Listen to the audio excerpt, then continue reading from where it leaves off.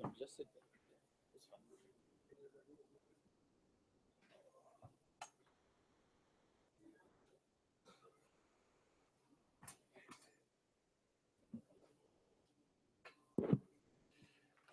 Good evening. How are we doing? That doesn't sound like a Southern Eastern African response. How are we doing? Fine, thank you very much. Mr. Chunga, can I ask you to come to the front, please? Thank you very much. My name is Golden Mahove. I'm coming from Vuna. Vuna is an initiative, climate smart agricultural initiative in Eastern and Southern Africa, managed by Adam Smith International, funded by the Department for International Development. Thank you very much for coming to our side event. The event is structured as follows. We are going to start off with a keynote speech from the minister, and then we'll have a panel discussion, and then we'll open it up for question and answer from the audience, and we'll wrap it up. That's the structure of our evening. Let me say a bit about who Vuna is, bearing in mind that this event, we are hosted by the government of Zimbabwe and SACAU. We as Vuna are working in the background to coordinate the event in partnership with the government of Zimbabwe and SACAU.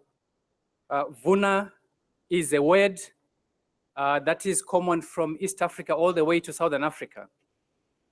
which means the same thing, which means harvest, abundance, plentifulness, plenteous. What we are essentially saying is, with climate smart agricultural practices, we will harvest despite the changing climate. And that's the essence of the name Vuna. It is Vuna's mission to transform or promote transformative change across the agricultural sector in Eastern and Southern Africa.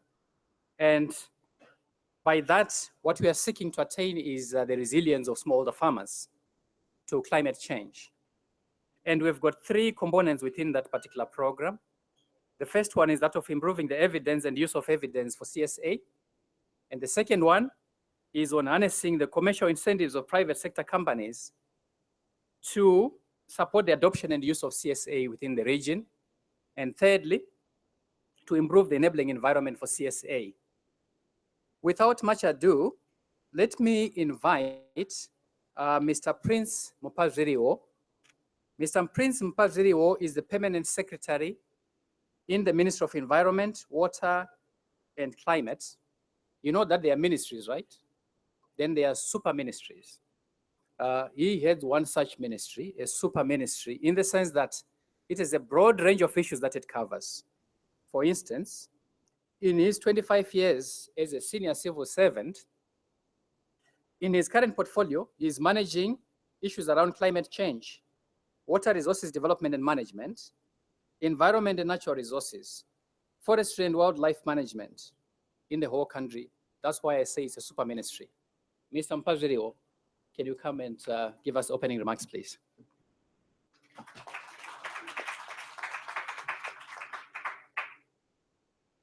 Thank you very much, the Director of Ceremonies, the Honorable Minister of Environment, Water and Climate from the Republic of Zimbabwe, Honorable OCZ Muchinguri, distinguished guests, ladies and gentlemen.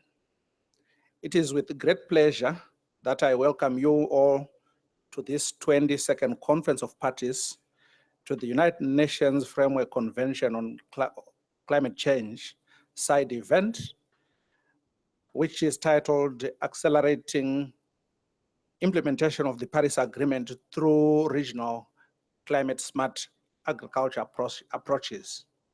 And this covers East and Southern Africa. I would also like to welcome representatives from the governments of Malawi, Zambia, and Tanzania, who will be joining us later on the stage of panel discussions. The side event brings together various stakeholders in climate smart agriculture to share experiences and systemic actions being undertaken to transform smallholder agriculture using climate smart agriculture approaches in East and Southern African countries.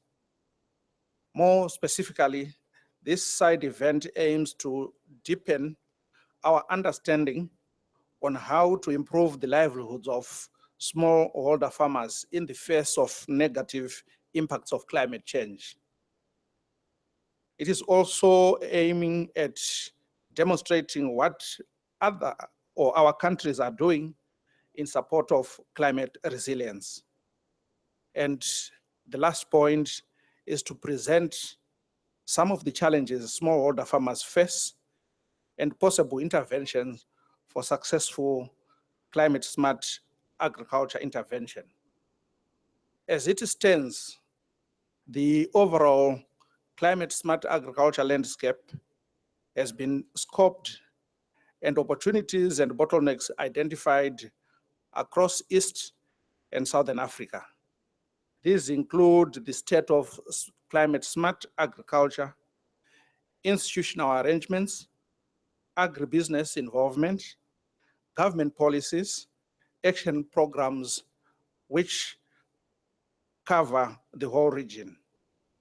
It is now time to focus on climate smart agriculture in order to deliver mechanisms that promote the adoption and climate resilience for smallholder farmers. To accelerate climate smart agriculture implementation, 3 core areas have been identified under the Vuna program. These include supporting the establishment of an enabling environment through policy for the adoption of the program.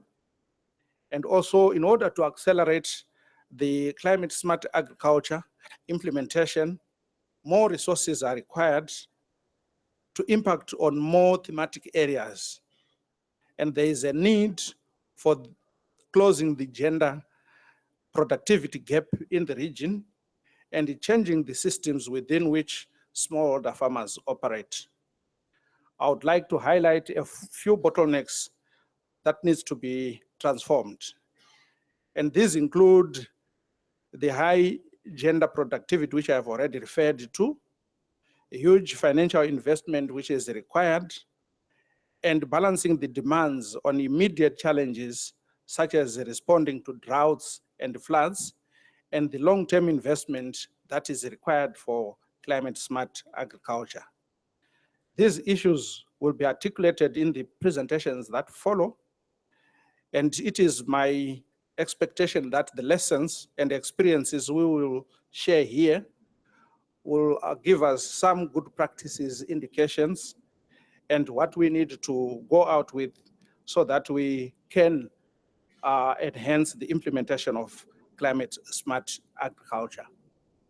As I end my brief remarks, let me now take the opportunity to introduce and invite our guest of honor, who is the Honorable Minister, to the podium. As I have indicated, she is the Honorable Minister of Environment, Water and Climate in the Republic of Zimbabwe. And she is the one who is directing the activities that relates to issues of mitigation and adaptation to climate change. So you can imagine the importance and relevance of her presence here, given the Paris Agreement that we are discussing the implementation. Can I now call to the podium the Honorable Minister to give us her address?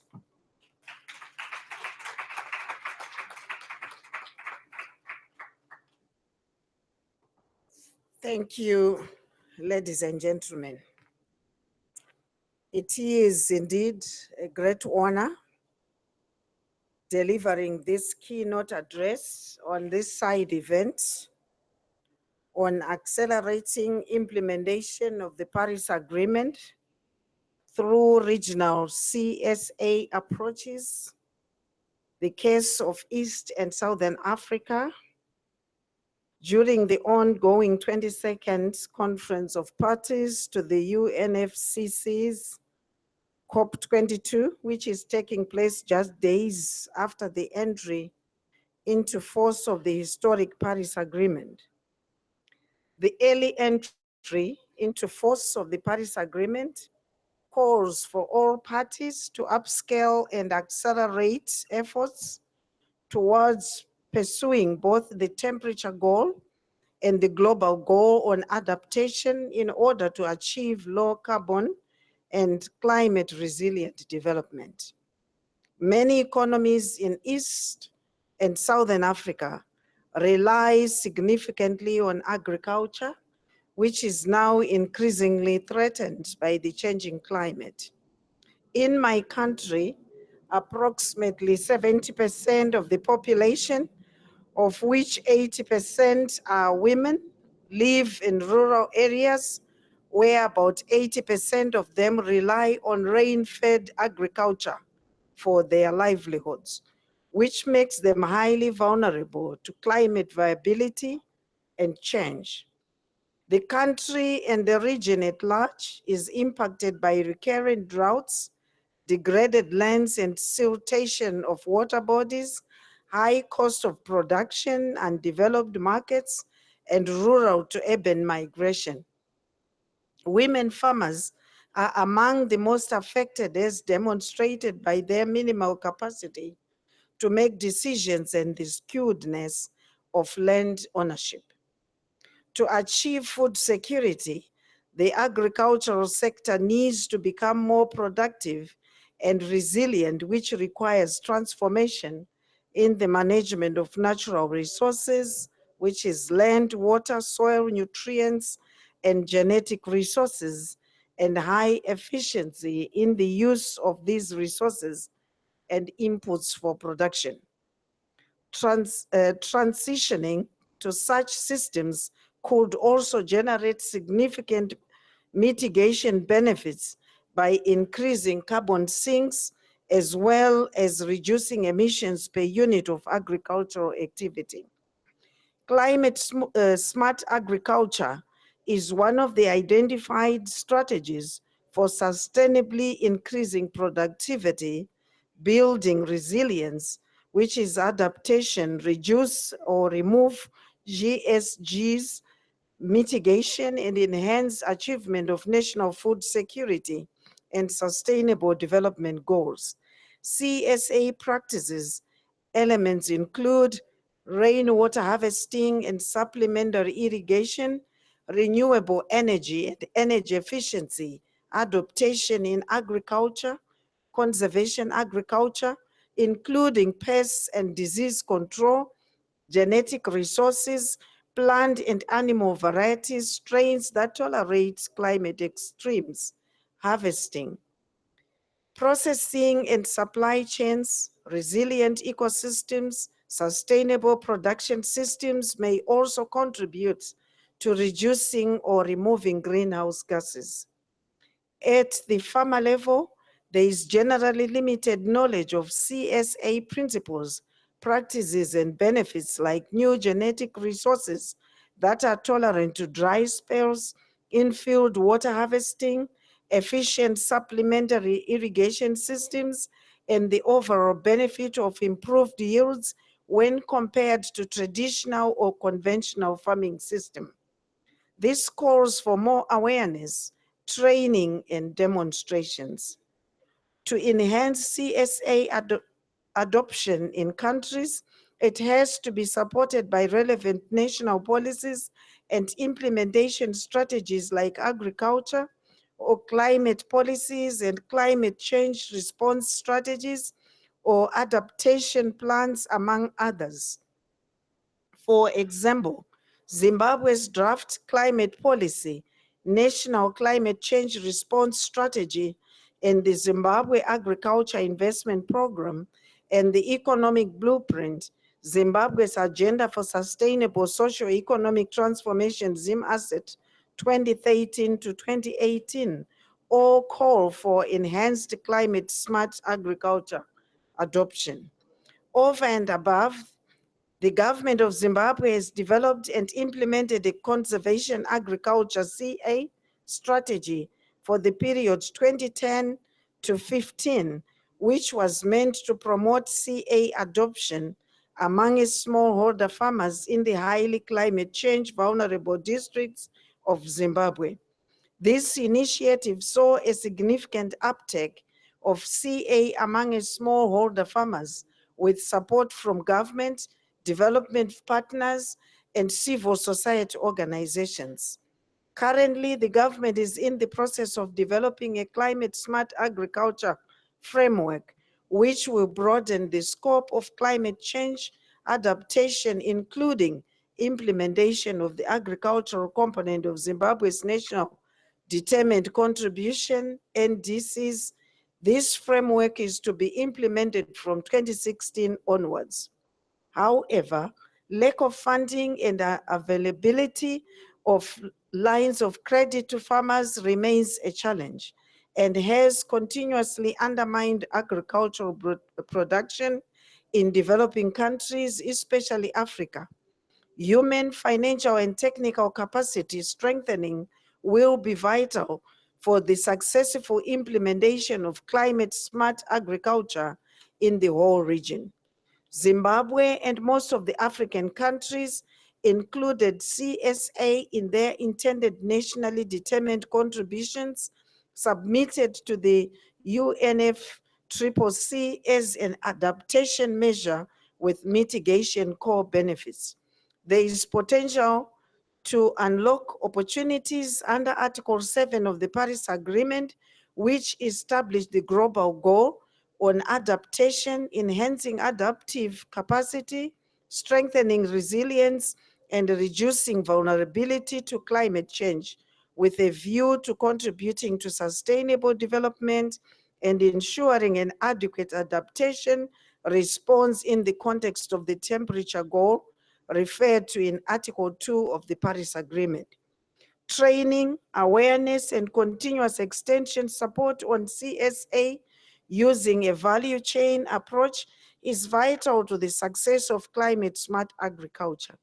This approach opens opportunities for farmers to access competitive markets, which ensure returns on the farmer's investment. In an effort to enhance CSA training and extension services, Zimbabwe is developing a climate smart agriculture manual for agricultural extension staff training with the support of the Climate Technology Center and Network. The training and awareness for women and youth can play a very important role in climate smart agriculture adoption. This is demonstrated by their custodianship on the natural resources and their day-to-day responsibilities on the land, especially for subsistence farming. Therefore, women can be the agents of change in addressing the climate change challenges and scaling up of CSA. There is need, therefore, for government through national fiscus to ensure resource availability and a ready market, e.g. for small grains, that makes business sense, especially to the youth who are now preferring other better rewarding enterprises than agriculture. Government support and allocation of resources and private sector finance to co-finance multilateral climate finances that may be available, like the Green Climate Fund, is key in promoting CSA. Finally, I would like to encourage you all to continue collaborating in knowledge and information sharing with a view to implement transformative climate change action that results in real and long-term benefits and sustainable development. I thank you all.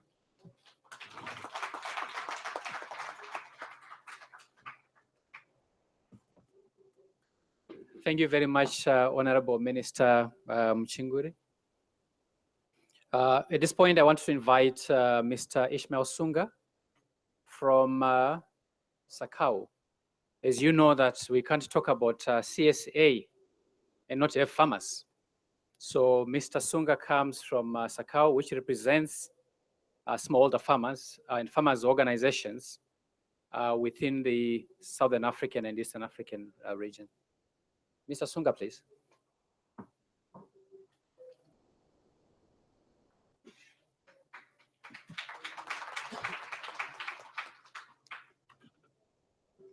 Thank you very much, Godwin. Honorable Minister, and the Permanent Secretary of the Ministry from Zimbabwe, and distinguished guests. I come from the Southern African Confederation of Agricultural Unions, as indicated, and we are dealing with matters that are of common interest to farmers in Southern Africa through their national structures, which means that we don't deal directly with farmers, but we deal with our members. In the case of Zimbabwe, we have Commercial Farmers Union as well as ZFU, Zimbabwe Farmers Union, as our two members. So when dealing with practical issues to do with implementation of climate smart agriculture, it is through those organizations that we go through. And in this case, we are already working with Zimbabwe Farmers Union with respect to climate smart agriculture, focusing more on young farmers, as well as also the more business-oriented smallholder farmers. We operate on the basis of three main pillars. The first one is on advocacy on regional and global matters that impact on agricultural development, one of which is climate change. Hence, part of this discussion today. The second pillar is on supporting our members to provide services to farmers in as much as I said earlier on that we support Zimbabwe Farmers Union to provide those services to farmers. So strengthening farmers organizations is one of the pillars we work on. The third pillar is the provision of information, not only to our members, farmers, but also to stakeholders such as yourselves, government, the private sector, agribusiness, NGOs, researchers, you name it. But it has to be that kind of information that is better provisioned from a regional level rather than at the national level. So in other words, we don't normally touch national issues.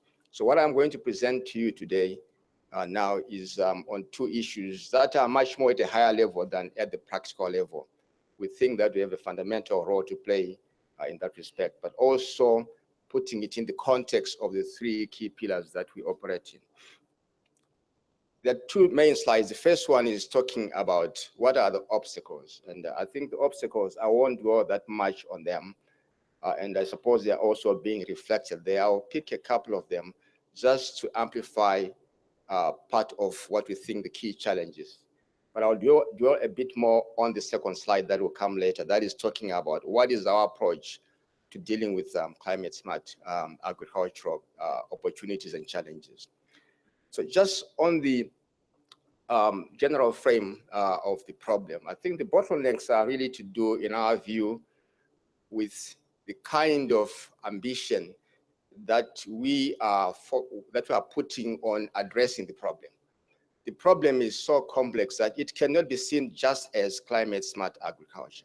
It needs to be seen in a very broad context that is about how do we transform agriculture. And transforming agriculture is a big thing. It requires a lot of investment, which is much beyond climate smart agriculture. Not to say that it's not important, but let's also conceptualize it in its broader perspective. I always give an example of how do you expect someone to be climate smart in doing agriculture when they are not in a position even to fend for themselves, to have health facilities that are easily accessible, to have basic income, to have educational facilities. Those things are basic things that needs to be sorted out before we can go into some of the nuances that are to do with climate smart agriculture.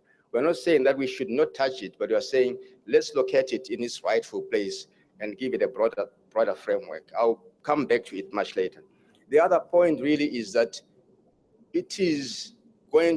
transformation takes time, and you will need to be a bit patient and start to measure a bit much down the road than now, because you may go into frustrations that maybe are not warranted because of the long-term nature of the problem. We tend to be very short-term in our project cycles, 3 years, 4 years, which may not be consistent with the long-term nature of the issue of the problem, which is about capacity building, which is about dealing with the future, predicting the future. A lot of things that needs to happen. The other point really I may emphasize is on the issue of capabilities of farmers organizations and farmers themselves to deal, first of all, to be sufficiently aware of what this issue is about, and then be able to address the problem that is at hand and convert those problems into opportunities. We must admit, working with most of our members, and by the way, we represent the entire diversity of farmers organizations, from those that represent predominantly large-scale commercial farmers to those that deal with predominantly smallholder farmers. And in terms of balance, about 4 of the 17 members we have are representing largely commercial farmers' interests, and the rest are representing largely smallholder interests. Being that we really need to look at how we can position farmers' organizations to play a meaningful role in advancing the agenda of climate smart agriculture. Then the other really is to do with limited information, limited access to finance, and equal, which is an important point. I suppose the distribution of risk and reward along the chain is important. It's a key issue that I'll highlight as I go on to the next slide. I think at this point, let me go on to the next slide. And this is my last slide. And I'll draw more, maybe go box by box, illustrating a bit more what I mean around that. I said we deal with 3 areas, and we put our efforts on climate smart agriculture on those 3 efforts, hence the first box. The second box is that we really acknowledge as SACAU that climate change poses perhaps the biggest threat to agricultural transformation. That if we don't deal with it, essentially we are going to be history. So we have no choice other than to deal with it squarely and head on. That's the second point. The third point really is that let's look at it not in isolation with the bigger picture, that we need to deal with it in conjunction with all the other fundamentals that will be required to enable climate smart agriculture to happen in a better way and to be sustainable and to be more transformative. The other point is really, it will require big investments, massive investments in climate-related infrastructure, in social services, educational services. All of that combination is going to be key. And then we also need to look at a comprehensive approach. It is really not only the farmer's problem, it is everyone's problem. So let's not place the burden of climate smart agriculture or management of climate change to farmers alone. It is going to affect everyone. And therefore, we need to find mechanisms of sharing that risk and costs associated with climate change across the entire chain, agricultural chains. Multi-stakeholders also needs to share that risk. Putting the burden on farmers alone is not going to solve our problem. In fact, it actually exposes all of us to a much greater risk. So there's need for us to really to work together from all dimensions, all stakeholders, all disciplines, and pull all our resources together, which requires a different kind of management. It's much more about systems management than anything else. How do you bring all those parties together? And that's part of the job that SACAU is positioned to do at a regional level.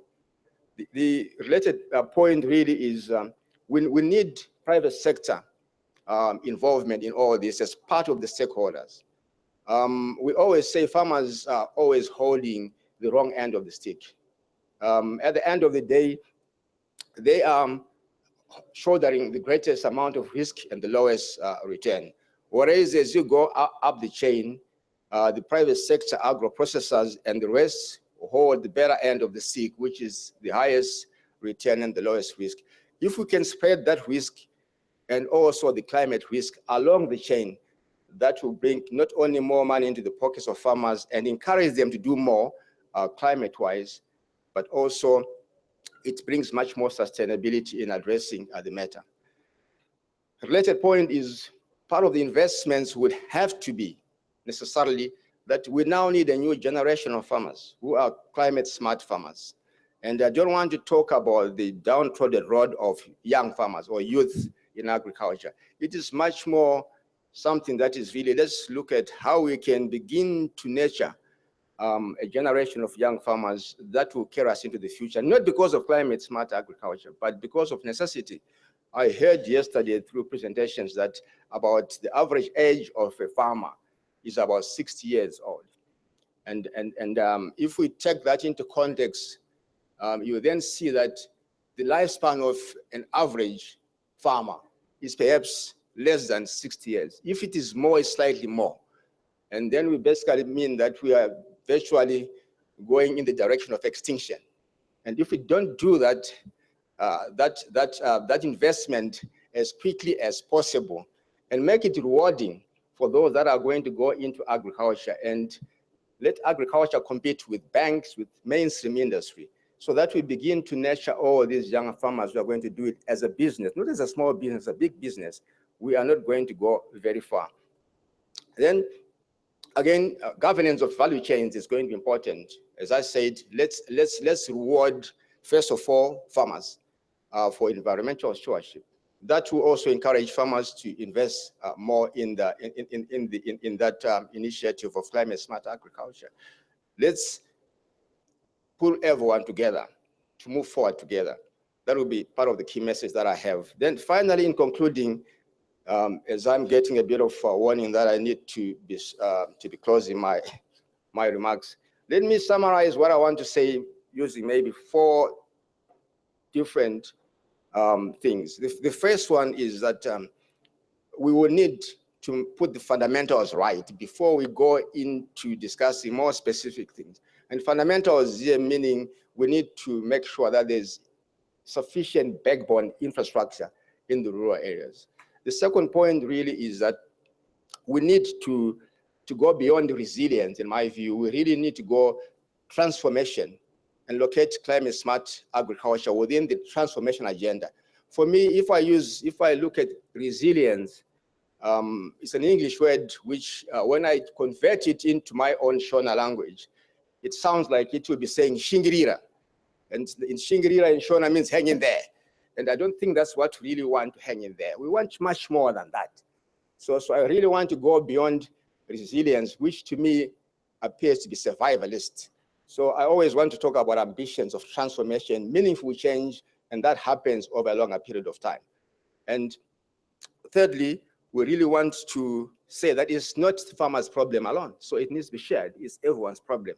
Then fourthly, we need to reward environmental protection that farmers are doing as a public service. Find a way of how we can factor it in the reward and risk systems in agriculture. Then more development support needed to support farmers to implement on the ground, to avail more choices, avail more technical assistance, so that they're able not only to think climate smart agriculture, but to practice it on a wide scale. And then finally, my point really is we need to harness and leverage ICTs to be able to provide all that information that is going to be required as fast as possible, because a lot of the changes happen very fast. So you need real-time information to be able to manage it. So investment in backbone ICT infrastructure is going to be fundamental. So that is part of what we do in SACAU in trying to advance the climate smart agenda from the advocacy perspective. Thank you.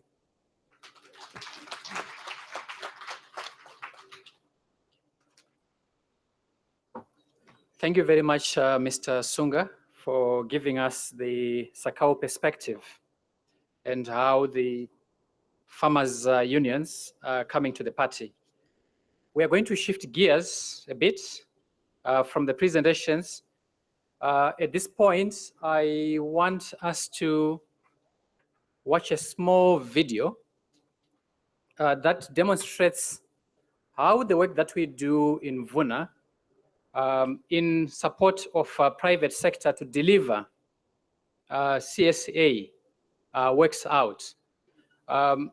There is no question about the technologies. There is no question about the right seed.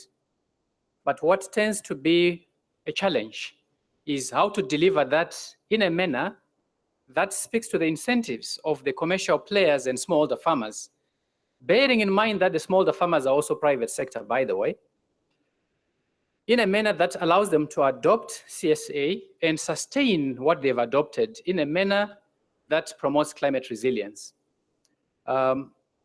Over to you, Holly.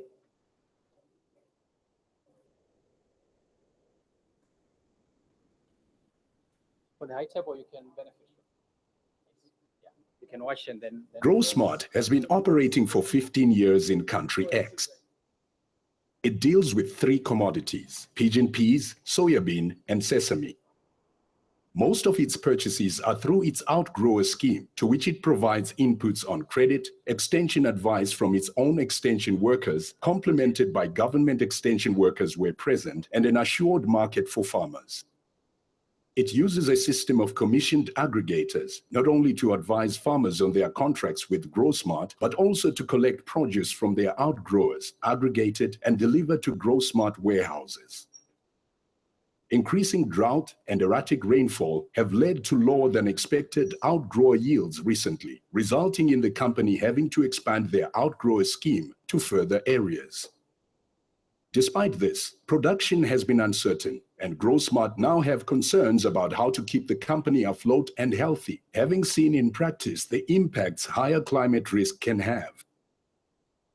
GrowSmart also recognized that their extension staff may not have all the knowledge they need to advise farmers on how best to protect their crops and soil so as to ensure that they do not lose their crops, but on the contrary, are able to produce more and in a sustainable manner. On seeing a call for bids in the local newspaper from Vuna, GrowSmart decided to apply so that they may be assisted in finding a way forward for the company and its outgrowers. 10 years on, the company has made some fundamental changes to its business model. These have worked, and the company is flourishing. Having had funding and guidance from Vuna over a period of just 2 to 3 years, it has both new in-house capacity and new business partnerships, which have led to holistic change.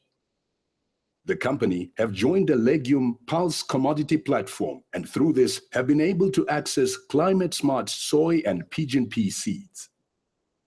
GrowSmart's extension workers have been trained in CSA farming and NRM practices, and as a consequence, outgrowers are producing more, even in the years during which rains were both late and insufficient. Based on the updated extension advice, farmers are now being more rigorous about crop rotation and are practicing a reduced tillage system, particularly with sesame, taking advantage of new equipment being made available to them on a loan basis through company-commissioned aggregators. GrowSmart also benefited from a landscape-level NRM diagnostic study funded by Vuna, which indicated that there were a range of measures that would preserve soil and water over the long term. GrowSmart now have a partnership with a private research station, as well as with the National Agricultural Research Station, who have led on supporting NRM changes at landscape level. Partnering with Vuna helps move agriculture forward in a world of increasing climate risk. Vuna is a regional climate-smart program funded by DFID and implemented by Adam Smith International with a consortium of local partners. Thank you very much. That just gives you a snippet of what the nature of support that we give in the pilot projects to private sector companies within the Eastern and Southern African region entails. Obviously, this is a hypothetical example because we are just at the beginning of that. But if you look at the theory of change in terms of what range of services we'll be supporting, it pretty much mirrors what has been described in this particular video. We work in a number of thematic areas. One such area is, we know that, as the minister said, agriculture is the mainstay of the economies in Southern and Eastern Africa. And the private sector is quite key. As we see the challenge of climate change, a lot of the agribusiness are struggling to get the necessary raw materials from the smallholder farmers. So the fortunes of smallholder farmers and those of agribusiness are tied. So one way that we are looking at doing that is helping the agribusinesses to improve the support that they give to the smallholder farmers for them to produce more. When the farmers produce more, they get more money, but the agribusiness also get more money and more raw materials. We are also looking at livestock systems in situations where farmers cannot do crops. We are also looking at finance, access to finance, both public and private finance. And more importantly, my favorite, we are looking at seed systems. In particular, seeds that are grown by women in rural areas, for which no commercial models have been developed yet. And we are structuring commercially viable models for crops such as cowpeas and other legumes and small grains. Lastly, we are also looking at CSA metrics. In other words, how do we know that what we are doing in CSA actually works? We need evidence. So that evidence is looking critically at the pilot projects that we are doing to generate the necessary evidence that shows what works and to what magnitude, so that when we think of scaling up, we scale up what is working and we stop what's not working. So in short, that's what we do within Vuna, within the agricultural development space. But we also do work in terms of CSA enabling environment. The minister was talking about CSA manuals. We support the respective governments in terms of revising, in particular from CA to CSA. We also look at the preparedness of the host governments to access climate finance from the different facilities that are available globally. And in addition, we also look at generating evidence, and where that evidence is available, we document that evidence and make it available. That includes learning from the farmers as well, learning what works and sharing that across the platform of CSA practitioners and policymakers. With that said, let me allow us to change gears again and invite the panelists from Malawi, Tanzania, Zambia, and Zimbabwe to come to the top table. You are most welcome, panelists.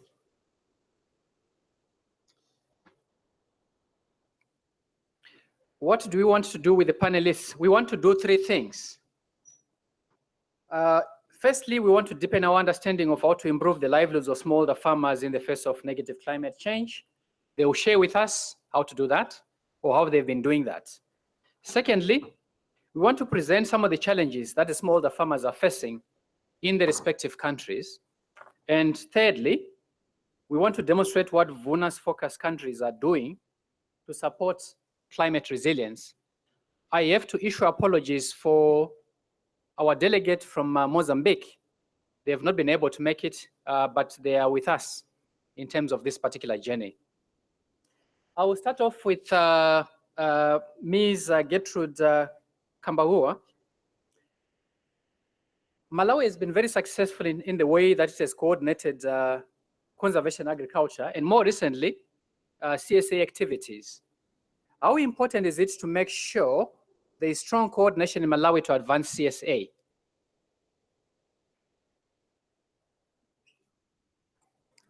Thank you very much, moderator. Indeed, in Malawi, we have been implementing programs in climate smart agriculture. And this is because we're addressing the problem of climate change. And in our context, the issues that are affecting us are the extreme weather events, which are droughts as well as floods. And what has happened is the government has realized that there's need to support the farmers to build their resilience. And with that, we also have partners that are helping us to undertake interventions to help our farmers. And one such intervention is climate smart agriculture. And with that, then, there's need for strong coordination amongst the partners that are implementing climate smart agriculture. We have evidence that implementing climate smart agriculture is actually beneficial for the smallholder farmers to build their resilience, and therefore would want to advance that in the country. And the benefits of strong coordination in implementing climate smart agriculture are that you have a unified message that is going out to the farmers. We've learned when implementing conservation agriculture that when you don't have a harmonized message that will go out to the farmers, there's always confusion. And with that, then we're not helping the farmer to build that resilience.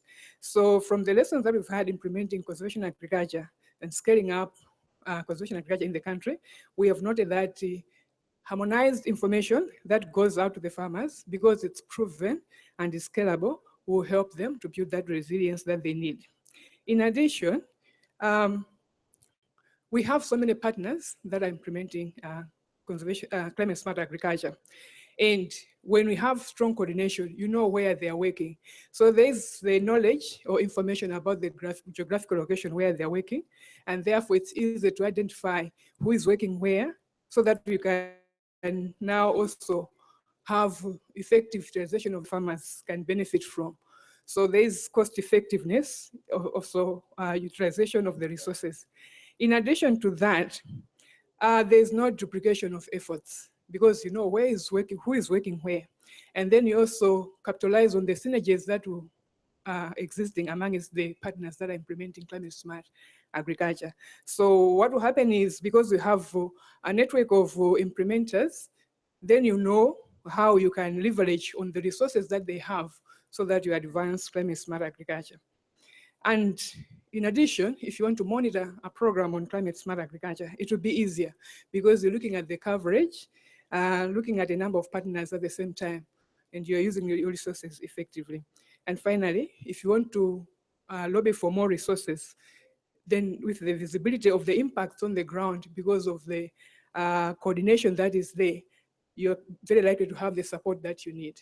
So these are the main areas that are outside that would make a case for strong coordination in advancing climate smart agriculture across the region, and especially in Malawi, where I'm coming from. Thank you very much. Thank you very much. And what lessons can you share about how to make coordination work? Seeing as you're a government department, you have a CSA task force, you're coordinating the CSA strategy and policies in the country.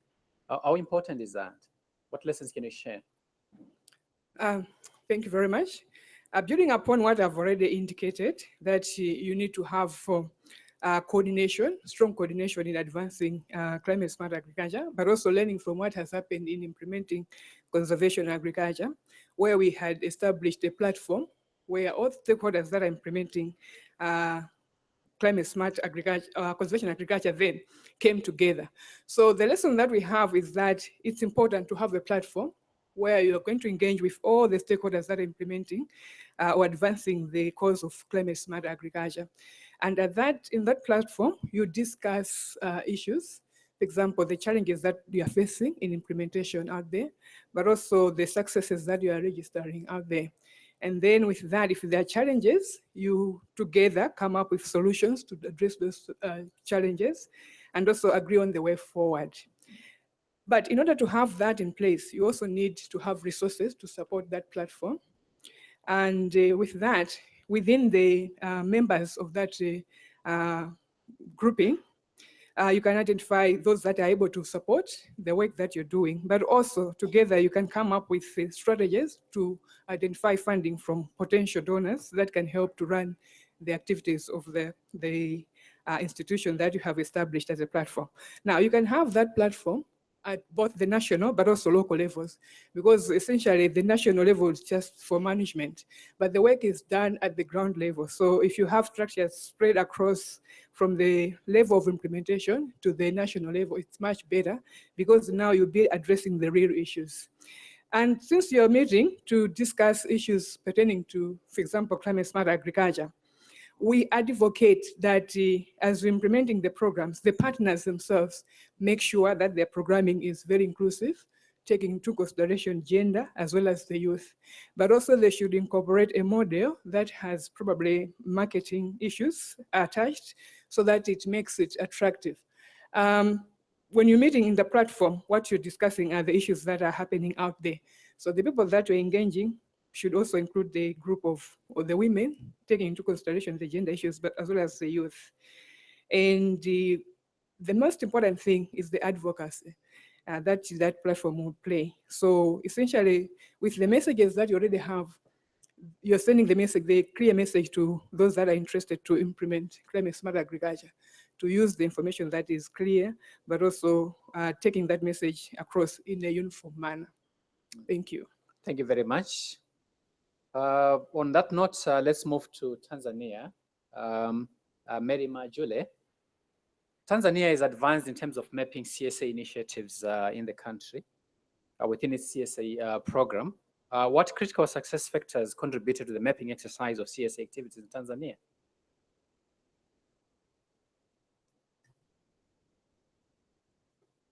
Thank you, Mr. Moderator. Thank you, Government of Zimbabwe, for hosting this event. Also, thank you, Vuna, and thank you, SACAU. Coming to the question, the factors which have contributed to the successful mapping of the CSA activities in the country, in Tanzania, we had an enabling environment, including the policies. We have NAPA, which is National Adaptation Program of Action. In NAPA, agriculture was ranked as the most vulnerable sector. From that, we developed a national climate change strategy in which different sectors intervention have been mentioned. And from the strategy, there was a provision for each sector to develop a climate change plan. So from that, agriculture sector, we developed in 2014, we developed a agriculture climate resilience plan, agriculture climate resilience plan for 2014 to 2019, in which we had 4 priority actions. One of the priority action was accelerating climate smart agriculture, so as to increase yield. After developing the agriculture climate resilience plan, different donors, the development partners were interested, so they come to support us. And from that, we have been able to develop a national climate smart agriculture program 2015 to 2025 through the support of East Africa Community, NEPAD, COMESA, and other supporters. But also the FAO have supported us to develop the National Climate Smart Agriculture Guideline, which will support implementation of the Climate Smart Agriculture Program in the country. But also, another enabling environment is this institutional setup. In the country, we have the Vice President Office, where there is Division of Environment, which is the coordinator of environment and climate change issues in the country, and also is a focal point for climate change interventions. The Vice President Office also link the different sectors with the international and also national peoples who are interested in climate change issues. But also in the ministry, we have an environment management unit which coordinates the environmental issues and climate change issues within the agriculture sector. It coordinates between the different departments, but also it links the sector climate change issues with the local government, with the local government. But also we have the local government extension service network, which also supports it's a success factor which have contributed to the mapping of the CS activities. But also we have been collaborating with different government and non-governmental stakeholders who are doing advocacy in climate smart agriculture in the country. But the other thing is, when we develop these, when we were mapping these CSA activities, we use a multidisciplinary approach, multidisciplinary task team approach. By using this, it ensures sustainability, but ownership of the policies we've developed, but also it's a way of capacity building, and also it's a way of mainstreaming the CSA activities in the sector. Thank you very much. The stakeholders obviously need to know the mapping that you have done. What are some of the lessons that you'd like to share with the audience in terms of this stakeholder coordination around the initiatives that are available and how they get to know about them? Yeah, the lessons we have learned is that different stakeholders have different roles in implementing the climate smart agriculture initiatives at different levels. Therefore, we've been trying to engage different stakeholders, for example, NGOs, international and local NGOs, who have provided advocacy in climate smart activities. But also the policies we've developed, the climate smart agriculture program and the guidance as well, we've put emphasis on different practices and technologies based on agroecological zones as well as agroclimatic zones. We found that different zones have different approaches on adapting to climate change. But also climate smart agriculture practices and technologies, we've seen that they are gender sensitive. So mainstreaming gender is very important in developing these policies. But in disseminating the guidelines as well as some of the efforts we've done, we've considered stakeholders at different levels, for example, at national level, also at the local government levels, but also we've considered the target audience as well the agroclimatic factors, which include agroecological zones and agroclimatic zones. Thank you. Thank you very much, Mary Majule from Tanzania, for sharing what you've done in terms of mapping. Let's skip over to Zambia. Mr. Justin Chunga. Zambia has innovated the Farmer Input Subsidy Program, FISP, with an e-voucher scheme providing greater choice for farmers and private sector inclusion. Tell us briefly, in terms of the e-voucher scheme, how it has helped to make smallholder farmers more resilient, and how has it also enabled the private sector to be party to such a government investment in support of smallholder farmers? Thank you, Mr. Moderator, and thank you to the government of Zimbabwe for hosting this event. And may I also pay tribute to the Zambian delegation in the audience that is giving moral support to the Zambian who is on the panel. That as I speak, I think I have the blessing of my principals that are in the audience. And also thank you to Vuna for hosting this event. I think it's good to be noted that we are pioneering this innovation of the use of the e-voucher. The e-voucher, I think, in a nutshell, could actually be more or less like described as a Visa card. I think we have all, I think if we have to take a synoptic survey here, each one of us has a Visa card, which enables you basically to access what you'd want, what every service that you would want at an opportunity time. So in essence, the electronic voucher is basically a value card that is given to a beneficiary farmer with a specific amount of value that is attached to it, which is redeemable for any variety of inputs that the farmer would want with the inputs of choice by the farmer at an accredited dealer. The benefits are quite enormous in the use of the electronic voucher, in the sense that with the coming of climate change, the planning horizon has actually been constricted.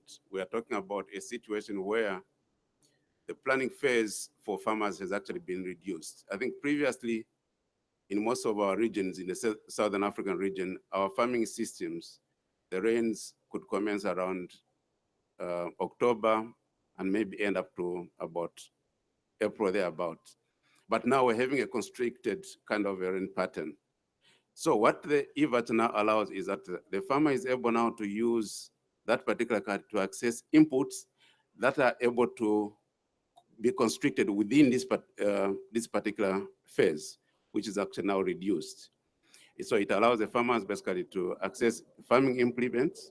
It also allows the farmer to get variable inputs. And also the other advantage that basically we have actually discovered is that it has actually brought a lot of leverage, a lot of savings to the government, in the sense that a number of costs that were associated with the implementation of the previous farmer input support program, where the government was involved in the transportation, the handlings, and all these kind of costs, they have all been done away with, because now these have been actually placed in the hands of the private sector. It also allows the farmer basically to diversify in terms of the farming practices. Previously, under the farmer input support program, it was purely a dominant crop, which was maize. But now with the electronic voucher, a farmer is able to redeem the inputs of his own choice. If he wants to go into livestock, he's able to get livestock inputs. If he wants to go in fishing, he's able to get in fingerlings and other things. And it also allows the farmer that to be more climate resilient. If in that particular region where the farmer is domiciled, maybe there is no rainfall, for instance, the farmer would basically be able to use that value card to get things that would be more user-friendly to that particular environment. Thank you. Thank you very much. The bit about the private sector, do you want to say a bit about it in terms of how you have used that investment to bring in the private sector to make your e-voucher climate smart? Thank you. That's actually the critical thing that we need to say about the private sector is that in the whole value chain, the private sector is actually the engine of growth. Because without the private sector, there is actually nobody who is actually going to deliver in the requisite inputs. So the role of the private sector is very, very critical in the whole range. One, the private sector actually stocks the necessary requisite inputs. They could be mechanization inputs, could be farming, planting inputs, seeds, fertilizer, chemicals, and also even the financial services. this is what the private sector basically role comes into play.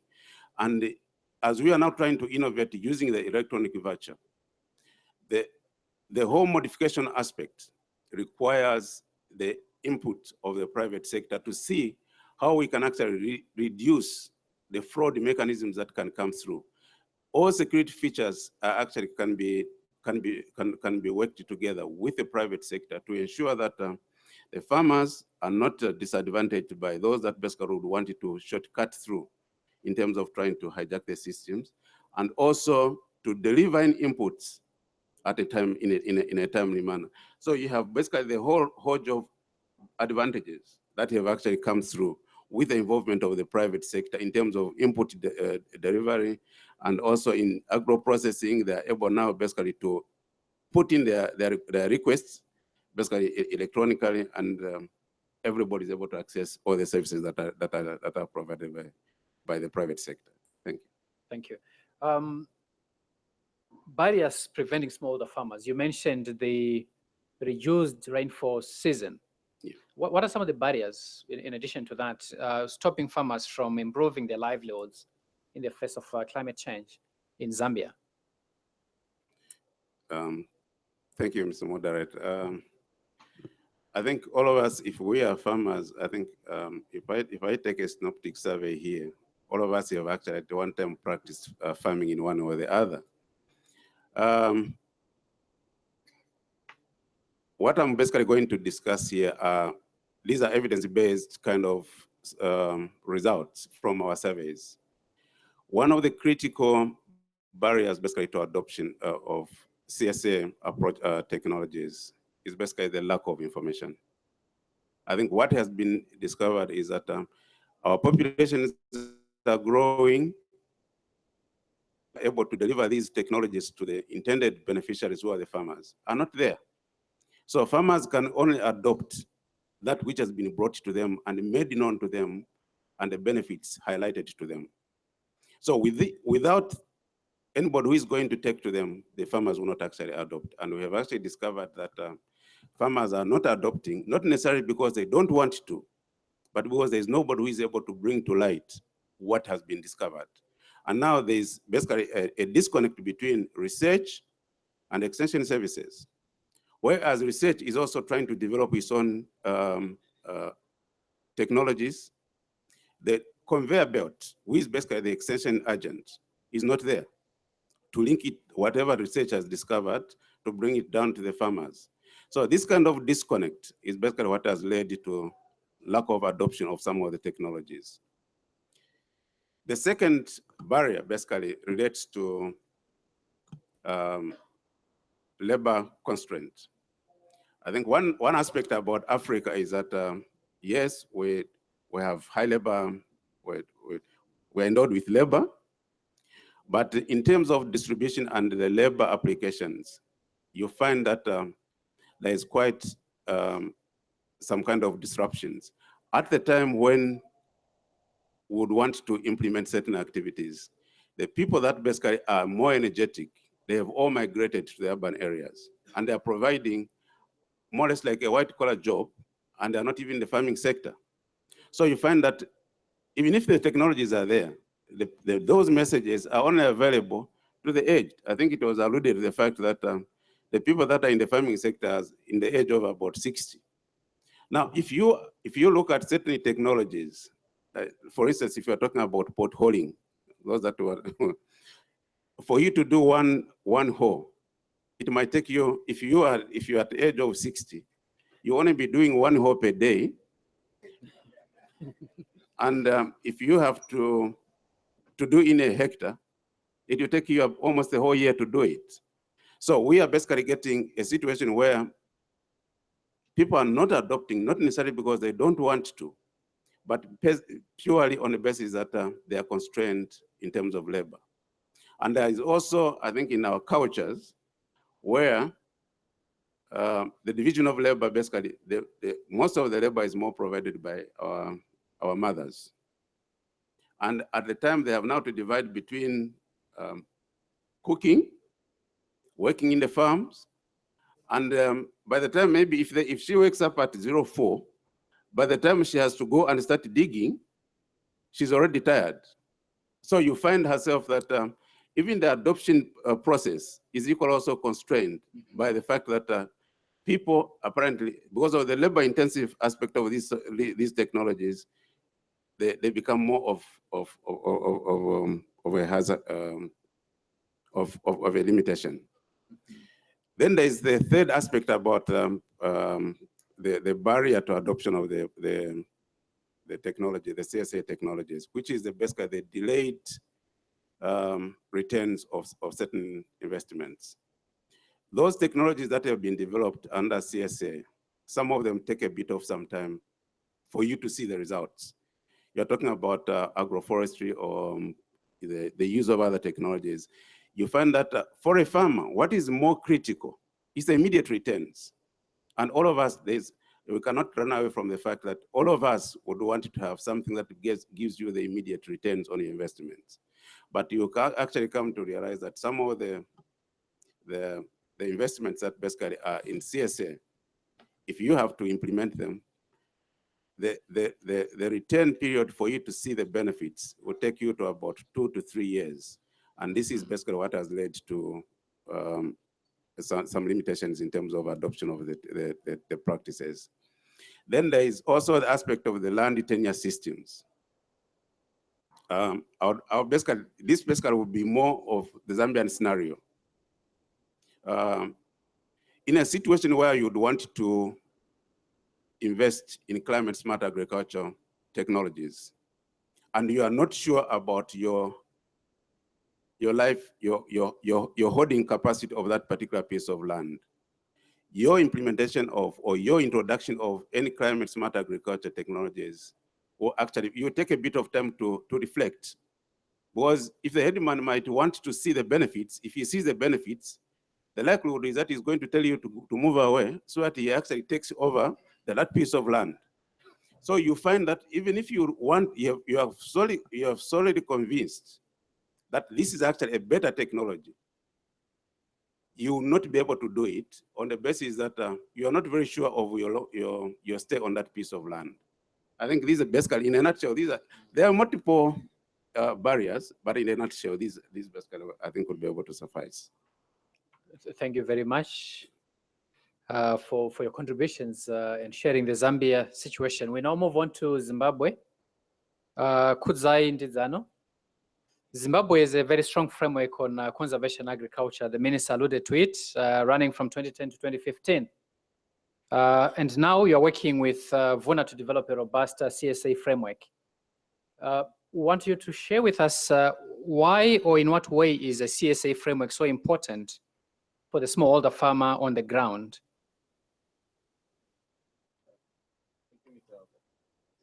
Yeah, it's on.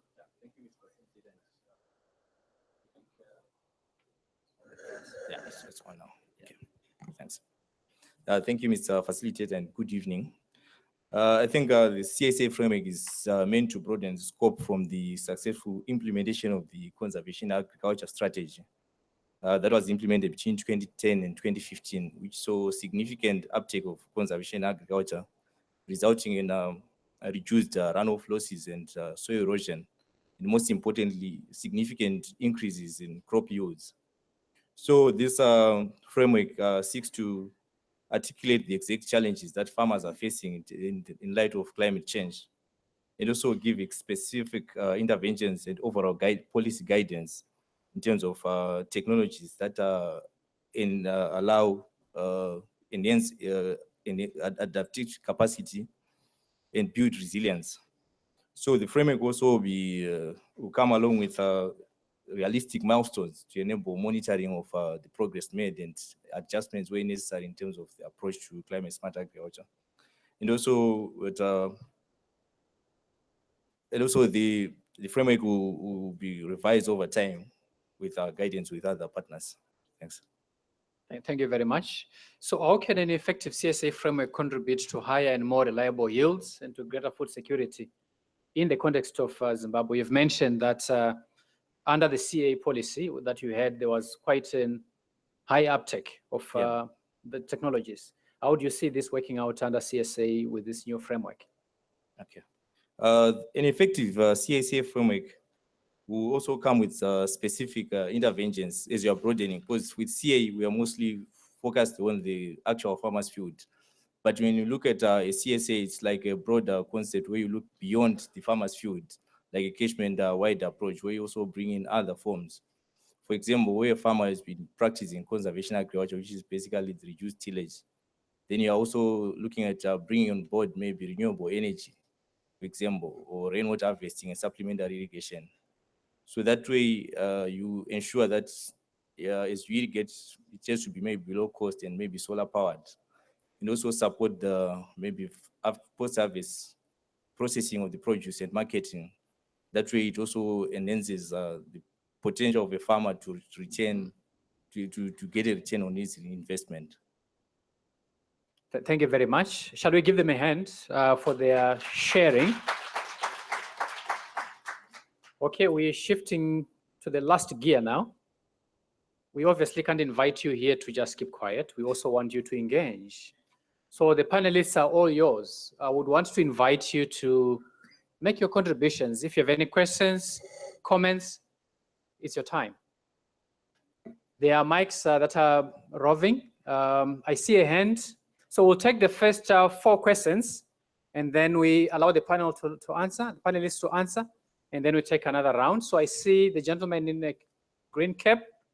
I see the lady right in the middle. I'm looking for 2 more hands. Yes, I see another one here in front, and 2 other hands there. So let's start with the gentleman in the green cap.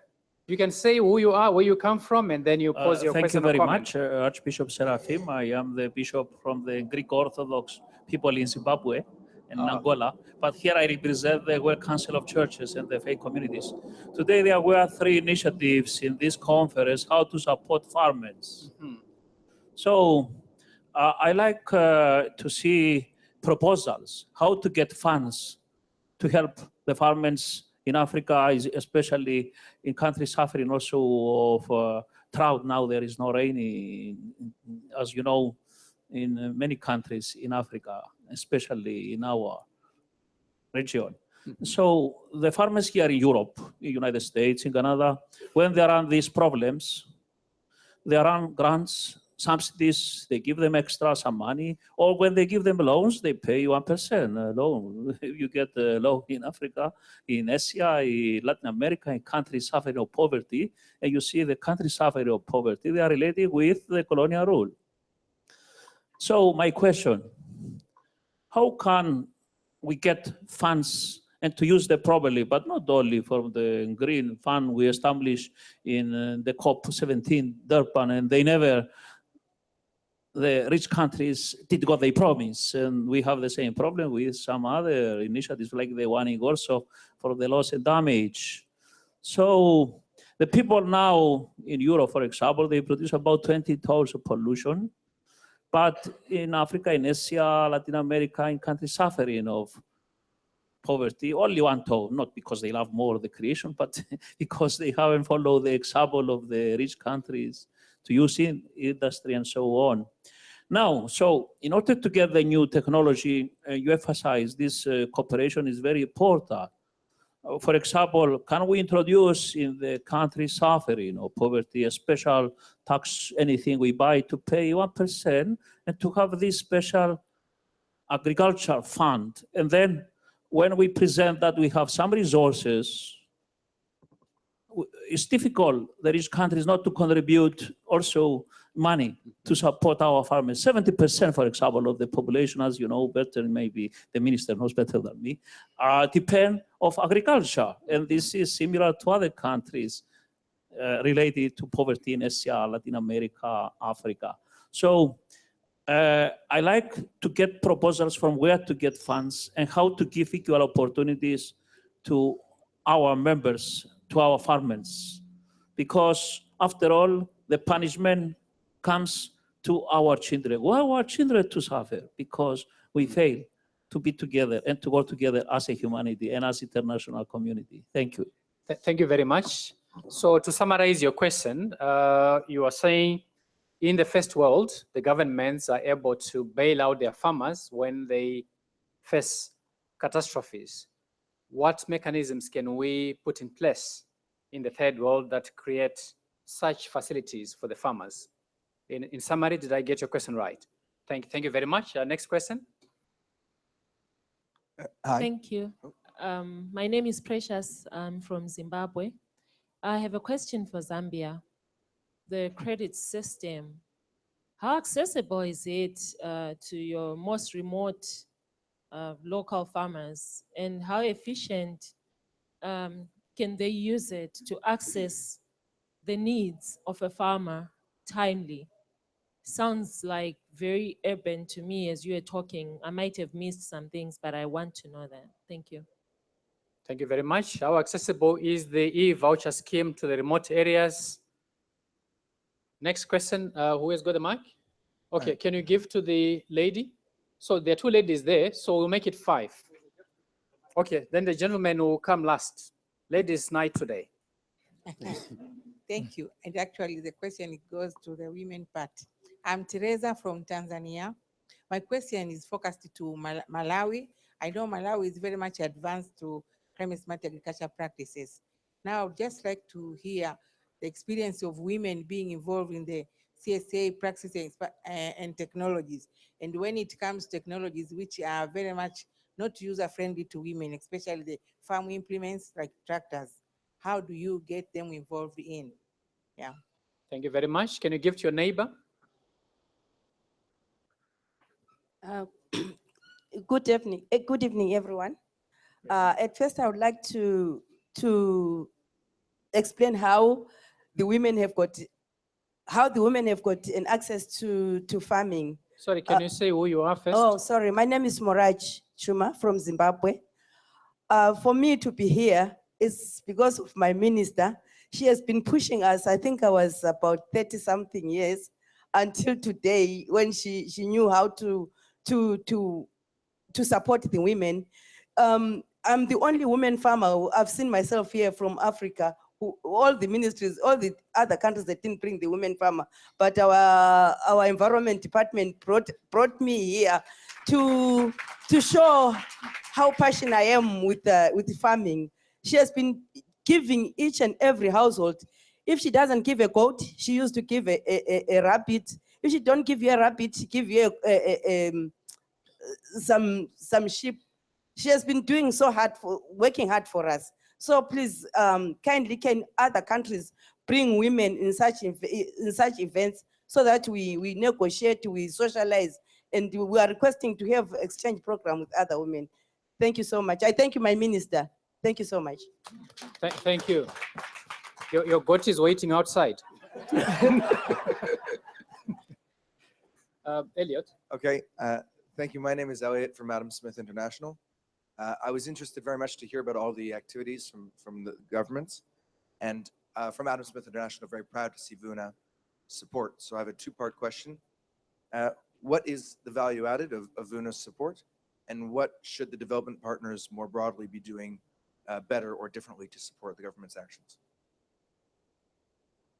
Thank you very much. So we'll close this first round and invite responses. So we had a question that was specific to Zambia. Maybe let's start there. And then we move on to the question on Malawi. And then we'll move on from there. Thank you, Mr. Moderator, and thank you to the question apparent. Let me not basically mention your name. I might misspell it. That's a very critical question in terms of trying to create basically understanding of how the system works. The system is actually so robust that it actually extends to the remotest parts of the country. In the sense that the redemption of that particular card is actually through an accredited dealer. And what the government has done is actually to undertake a mapping exercise of the potential dealers that are located in various parts of the country, to which farmers are able to access various inputs. So even farmers that are situated or located in the remotest parts of the country, as long as they they are actually accessible to, if they qualify. First of all, the first thing is that they need to qualify to be beneficiaries. So the moment they actually become beneficiaries of that particular card, within those localities, there will be accredited dealers that will be able to supply, or where the cards will be redeemable. Okay. Thank you. Thank you. So in summary, farmers are registered on the basis of a set criteria. They get the card, which is redeemable at the agro dealer in their nearest shop in the village where they are. They get the inputs that they want from the agro dealer. The agro dealer then has to go back to a designated bank appointed by the government to go and get their money for the inputs that have been collected by the farmers. So in terms of location and all that is already determined before the cards are issued. So it's bringing e-commerce to the village, making climate smart agriculture. Let's move to Malawi. I'm sure you got the question. I don't need to repeat it. Yes, I did. I think the question is about how women are finding it easy to use the implements for climate smart agriculture interventions. Well, what I can say for us in Malawi currently, we have a farm mechanization program that is using equipment that when you request for that support, you are assisted by the ministry. There are structures that will support. So in those instances, the women are covered, like to be the processes that you have to go through to access that service. So under that, you are covered because you only provide, for example, if there is need to provide fuel, you are assisted in various ways to be able to provide that fuel for the machinery to come to the farm. But in terms of equipment that is in line with the climate smart interventions, we are trying the ones that would do more on conservation agriculture. So we are looking at equipment that, for example, the reapers, we are just testing them. The scale at which we're using the implements is very small. We really are going into that. We're going to explore on that, on how we're going to promote equipment to support climate smart agriculture. So now we're just testing, and so far the feedback that we're getting from the field is that the women like the equipment, and it's helping them because they're able to save labor, which they can use for other purposes. So currently, what I can say is that we have the low-cost technologies that we are promoting amongst the women, and they are easier for them to do. But in terms of equipment, it's an area that we are going into. We really have not advanced very much, apart from the other, for example, the tractor hire scheme that I talked about earlier. That one, the processes or the structures are already there to support the women. So it's an area that we're working on, and we think going forward, we should be able to provide equipment that will be easier for even the women to use. Thank you. Thank you very much. There was a suggestion, I think. I treat your question as a question and a suggestion at the same time. I don't know if any panelists want to reflect on his suggestion. This was the suggestion on creating a fund for the farmers in the case of catastrophe manifesting. Sorry? Yes. Yes. Okay. All right. Does anyone want to answer that or comment on that? Yes. Maybe I can just try. Yeah. Like for in the case of Zimbabwe, I think we're also developing a national climate policy. So it's part of a proposal to create a climate change fund. So I think it can also assist in terms of these activities. Sure. I think for now that's one that is being proposed, subject to approval. Okay. Yes, Tanzania, you want to say something about that? Yes, for Tanzania, the mechanism which the government is put in place to support farmers is subsidizing inputs. We have also tried the voucher system, although we have been facing some challenges, but at least we are going forward. But also the government is promoting formation of farmers groups. For example, in irrigated agriculture, we have irrigator organization where the groups can, together they can purchase inputs, also can access loans, but also the government has, we have a Tanzania Agricultural Development Bank which provides loans to farmers at a lower rates, interest rates. All right, thank you Yeah. very much. You wanted to add something, Mr. Chunga? Yeah, just in addition to what my colleagues basically have said, is that I think if we identify the role of the private sector, I think that's one critical player who is good at actually mobilizing resources. And the moment the private sector sees value in what farmers are able to do and get, then the private sector is able actually to mobilize the resources or funds which farmers can have access to. And now for the private sector also to mobilize resources, it requires a multidisciplinary approach to the way that basically systems actually come in place. So it requires basically an enabling environment where government provides the proper fiscal policies to allow the aspect of value addition or the aspect of resource mobilization to institutions that will be able to be linked to the farmers and give the farmers affordable access to those resources, which they can actually tap into. And for the private sector to undertake this kind of an assignment, it will require also the insurance industry to have a more robust aspect of how they can also come on board and also provide the insurance to whatever is actually going to be provided to the farmers. All right, thank you. Mr. Mpaziri, what you wanted to add? Or are you holding it for a question?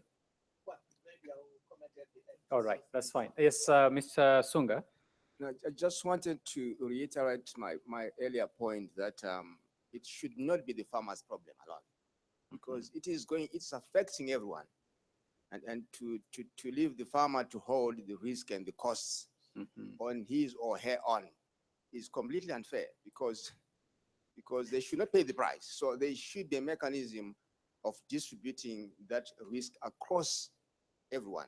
And it could be through, if it's across everyone, then it could be through fiscal and monetary measures or taxation measures. And it could also be through the entire value chain, because at the end of the day, you imagine this situation where a seed supplier is already sold the seed and walked away with their profits.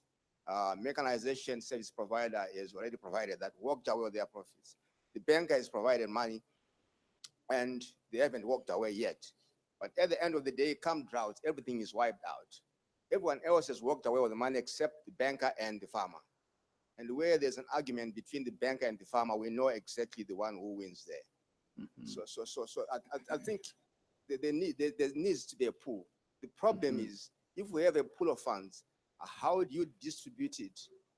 In what way across all the multitudes of farmers?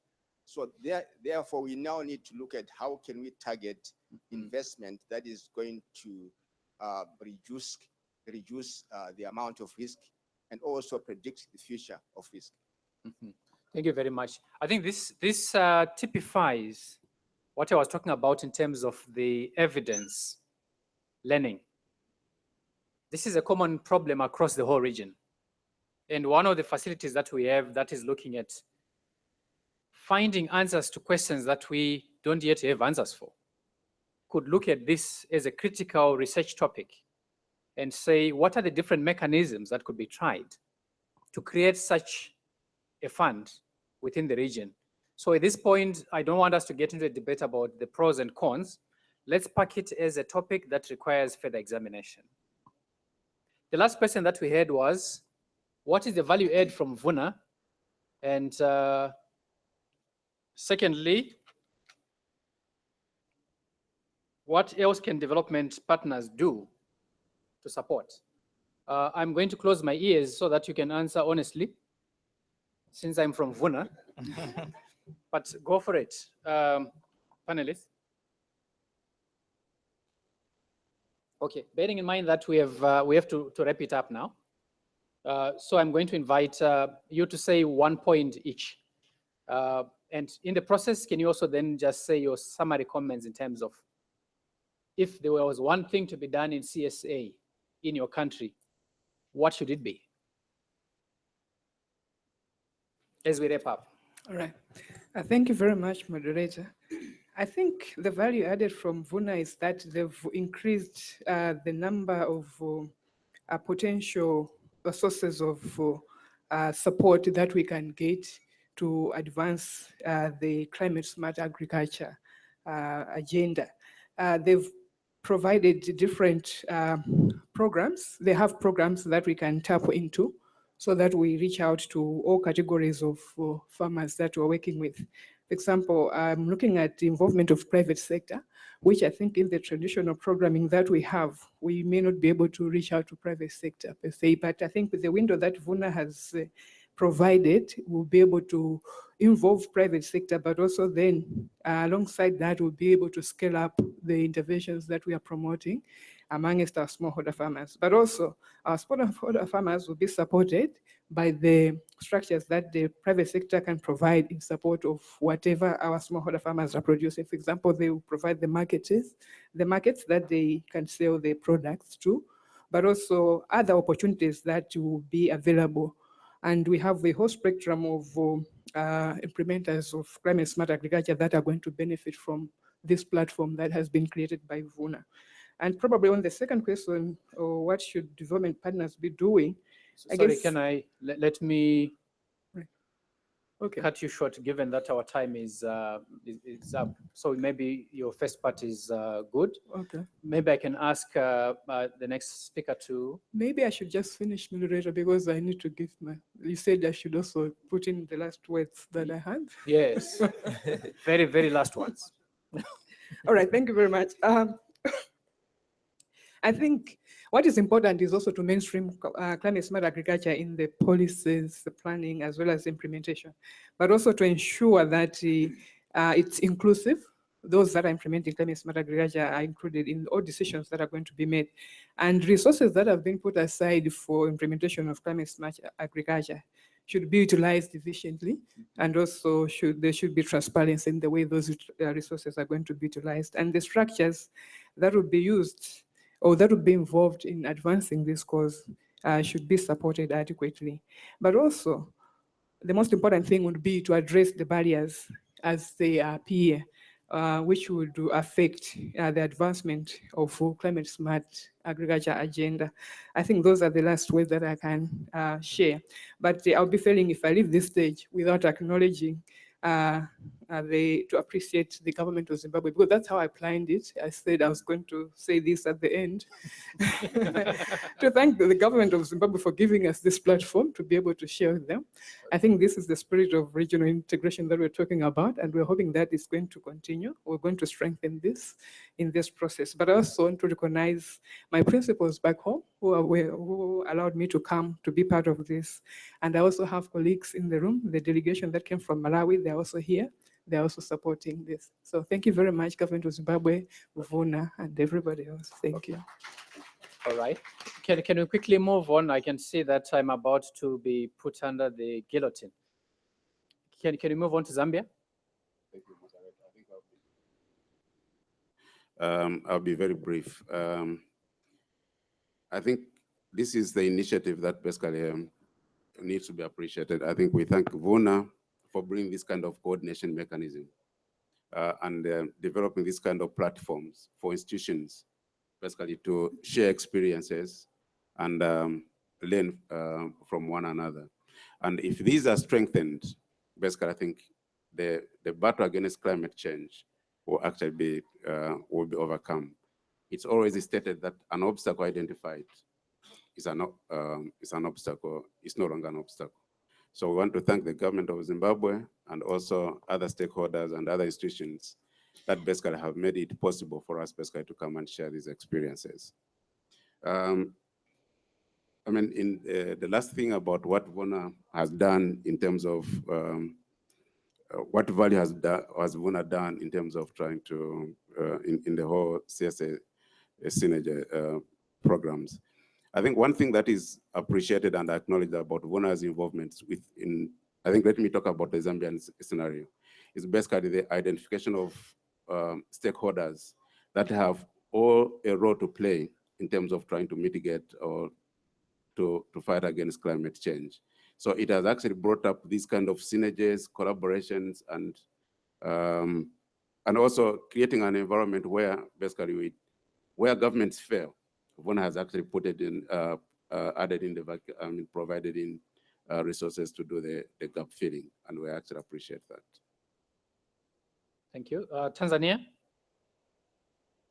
Yeah, thank you. Maybe I'll start by saying about the value which Vuna added. We thank you for supporting us, but we know that Vuna is going to have a project in Tanzania on microfinance and microleasing with the private sector, but also Vuna is going to support the agriculture sector, our monitoring and evaluation system, so that we can capture the CSA initiatives. We can be able to monitor the interventions which are taking place in the country.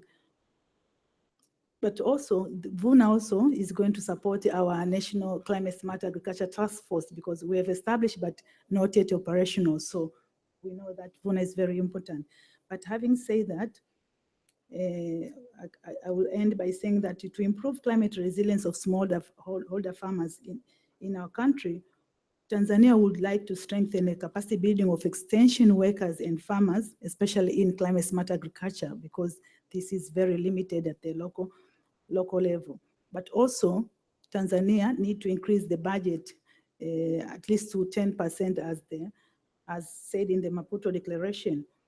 But the other thing, we would like our country to quantify contribution of climate smart agriculture practice and technology, so as to be able to achieve sustainable development goals. How Tanzania can do this is by leveraging resources from different sources, but also conducting research on climate smart agriculture. So last but not least, I would like to thank my boss, Mama Natai, for allowing me to be here, but also my colleague from Tanzania. Thank you. Thank you very much. Kudzai? Okay. I think in terms of value addition, Vuna has supported Zimbabwe or negotiations at an advanced stage to support the creation of an enabling environment for CSA. Like they're going to, we are negotiating, but they showed intention to support the dissemination of the CSA manual to various agricultural colleges in training of trainers, where they will be training maybe the extension officers in the field.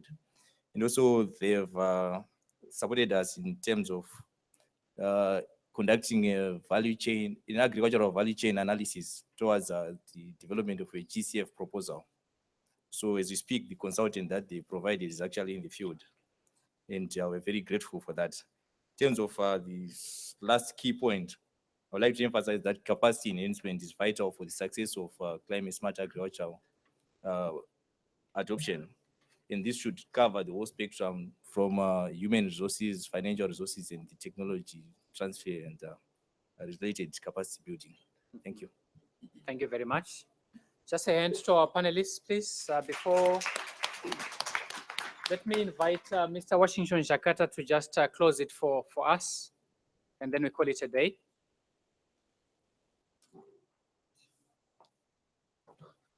Thank you very much, Golden, and distinguished guests, ladies and gentlemen.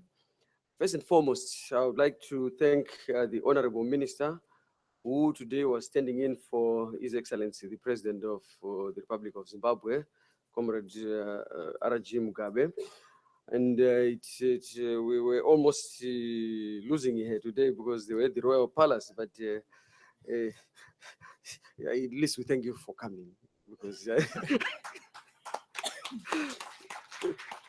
and the Permanent Secretary in the Ministry, Mr. Mpazuriwo, we thank you so much for also being with us. Senior government officials from all the countries here represented, the team leader for the Vuna team, I think it's called Tim as well, isn't it?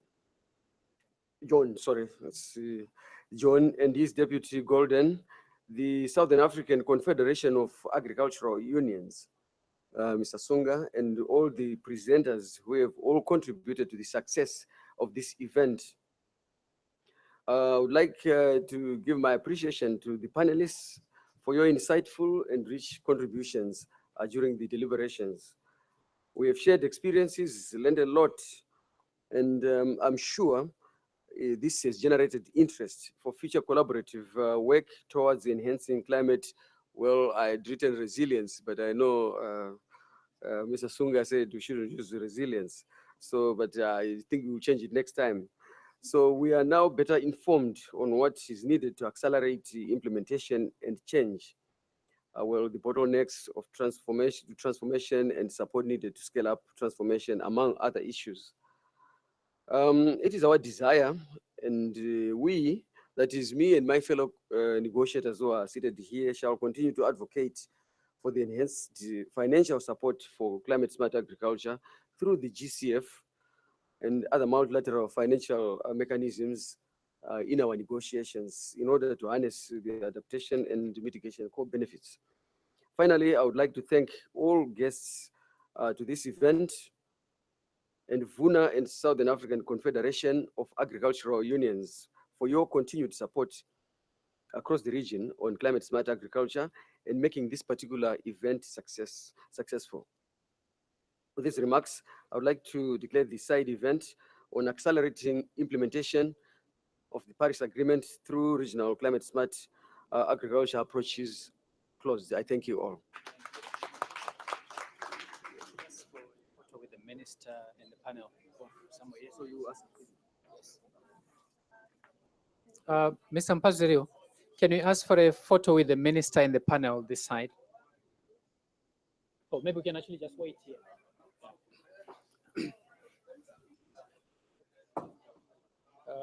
Where is it best?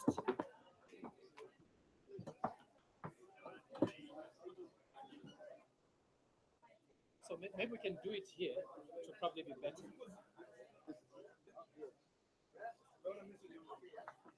Sorry, panel, can we come this way?